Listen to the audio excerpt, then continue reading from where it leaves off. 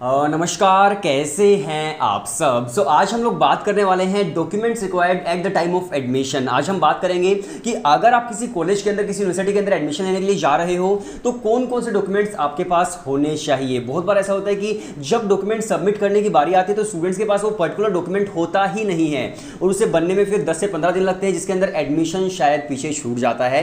तो आज हम इसीलिए बात करने वाले हैं और आज की वीडियो आप सभी लोगों के लिए बहुत ही ज़्यादा हेल्पफुल होने वाली है। और आज मैं किसी पर्टिकुलर यूनिवर्सिटी, पर्टिकुलर कॉलेज के बारे में बात नहीं कर रहा, आज मैं इन जनरल बात कर रहा हूं कि अगर आपके पास ये सारे के सारे डॉक्यूमेंट्स होंगे तो किसी भी यूनिवर्सिटी के अंदर आप जा सकते हो। कोई भी यूनिवर्सिटी आपको ऑब्जेक्शन नहीं उठा सकती आपके ऊपर कि ये डॉक्यूमेंट आपके पास मिसिंग है। ऐसा नहीं होने वाला है। अगर आपने ये सारे के सारे डॉक्यूमेंट्स बनवा लिए तो किसी भी यूनिवर्सिटी के अंदर आप आराम से एडमिशन ले पाएंगे। तो चलिए शुरू करते हैं।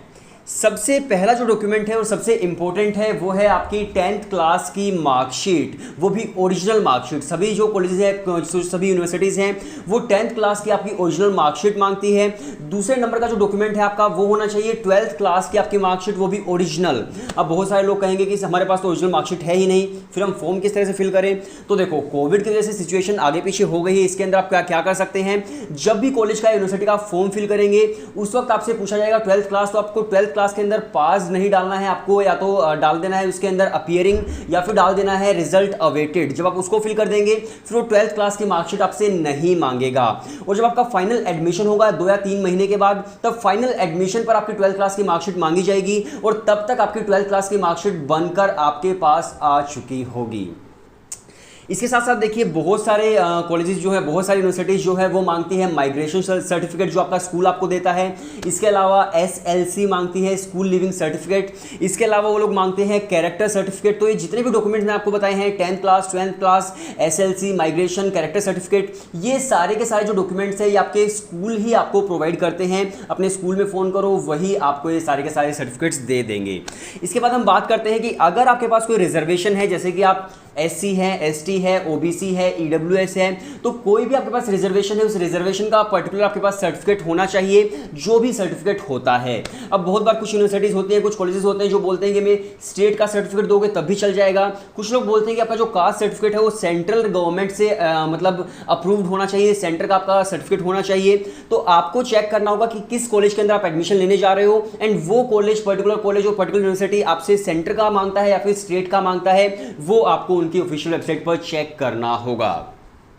और बहुत बार स्टूडेंट्स कुछ होते हैं जो ये बोलते हैं कि अच्छा हम जनरल है तो जनरल के लिए भी हमें कास्ट सर्टिफिकेट चाहिए। भाई, जनरल के लिए कोई कास्ट सर्टिफिकेट नहीं होता है। ओके, इसके बाद देखो, अगर आपके पास कोई मान लीजिए रिजर्वेशन है तो उसको फिर बहुत सी यूनिवर्सिटीज़ के अंदर इनकम प्रूफ सर्टिफिकेट भी चाहिए होता है। तो इनकम प्रूफ जो सर्टिफिकेट होता है वो आपके पेरेंट्स का होता है, वो भी आपको बनवाना पड़ता है और वो भी आपको अटैच करना पड़ता है।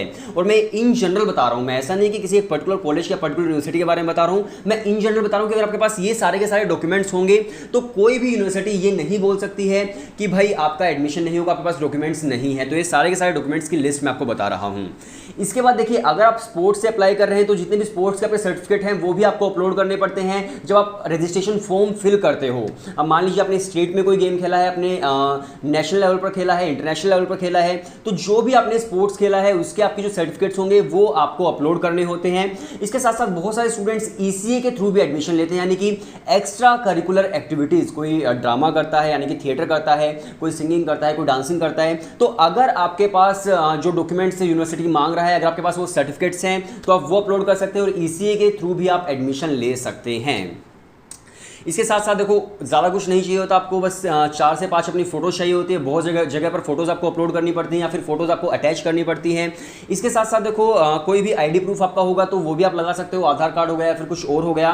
तो अगर आपके पास ये सारे के सारे डॉक्यूमेंट्स होंगे तो कोई भी पर्टिकुलर कॉलेज या फिर कोई यूनिवर्सिटी जो होगी वो आपको ये नहीं बोल सकती है कि डॉक्यूमेंट्स कम है। ये सारे के सारे डॉक्यूमेंट्स अगर आपके पास ये होंगे तो आपका एडमिशन आसानी से हो सकता है। और देखो, जितने मैंने डॉक्यूमेंट्स बताए हैं आप सभी को, अगर कास्ट सर्टिफिकेट बोल रहा हूं तो जिसको रिजर्वेशन मिला हुआ है उसी को लगाना है। स्पोर्ट्स बोल रहा हूं तो जो स्पोर्ट्स से अप्लाई कर रहा है उसी को लगाना है। ये नहीं कि सभी को लगाना है, ऐसा नहीं है, क्योंकि सभी के पास तो होंगे ही नहीं। सो आई होप चीज़ें क्लियर हो रही हैं। और देखो जितने भी डॉक्यूमेंट्स मैंने आपको बताए हैं, दिल्ली यूनिवर्सिटी जो है आज से 3 साल पहले ये सारे के सारे डॉक्यूमेंट्स अटैच करवाती थी, लेकिन अभी 3 साल पहले ही जो रूल्स है वो चेंज किए दिल्ली यूनिवर्सिटी ने। और सिर्फ आपको क्या चाहिए होता है, अगर आप जनरल हैं तो 10th एंड 12th की मार्कशीट और आपके 2 फोटोज, बस आपका एडमिशन हो जाता है। इसके साथ साथ अगर आपके पास कोई रिजर्वेशन है तो 10th एंड 12th की मार्कशीट प्लस आपका रिजर्वेशन इनकम सर्टिफिकेट, तो आपका एडमिशन आसानी से हो जाता है। अब दिल्ली यूनिवर्सिटी SLC, माइग्रेशन या फिर आपका जो कैरेक्टर सर्टिफिकेट है वो सब नहीं मांगती है, आपका सिंपली एडमिशन हो जाता है जो मेजर डॉक्यूमेंट्स होते हैं उनके आधार पर ही, आधार कार्ड नहीं बोल रहा, उनके आधार पर ही सबका आराम से एडमिशन हो जाता है। सो आई होप आज की जो चीज़ें थी वो क्लियर हो गई होंगी। और बहुत सारे स्टूडेंट्स का ये भी डाउट होता है कि हमारा कास्ट सर्टिफिकेट जो 3 साल पुराना है, 4 साल पुराना है या फिर 2 साल पुराना है, क्या हमारा उससे एडमिशन हो सकता है? तो आपको पर्टिकुलर कॉलेज का या फिर यूनिवर्सिटी की वेबसाइट चेक करनी होगी। बहुत सारे कॉलेज एंड यूनिवर्सिटीज़ बोलते हैं कि हम लोग सिर्फ और सिर्फ 6 महीने पुराना ही लेंगे, उससे पुराना नहीं लेंगे।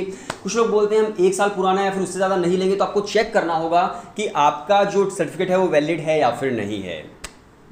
वीडियो देखने के लिए शुक्रिया। आई होप काफ़ी सारी चीज़ें आपको आज जानने को मिली होंगी और काफ़ी सारे डॉक्यूमेंट्स के बारे में भी आपको पता चल गया होगा। तो एक छोटी सी इन्फॉर्मेशन और सुन लीजिए आप कि अगर आप एक BBA, BMS और IPM के एस्पायरिंग स्टूडेंट है, अगर आप एंट्रेंस एग्जाम्स क्रैक करना चाहते हो, DU सेट है, IPU सेट है, जिटमेट है, जितने भी एंट्रेंस एग्जाम्स है BBA, BMS, IPM के, तो आप लोग हमें व्हाट्सएप पर मैसेज कर सकते हैं। व्हाट्सएप नंबर डिस्क्रिप्शन के अंदर है। हम लोग आपको डेमो वीडियोस सेंड कर देंगे। अगर आपको डेमो वीडियोस पसंद आती है तो आप क्रैश कोर्स के अंदर एनरोल कर सकते हो। आपकी भी प्रिपरेशन आज से ही शुरू हो जाएगी। वीडियो देखने के लिए शुक्रिया।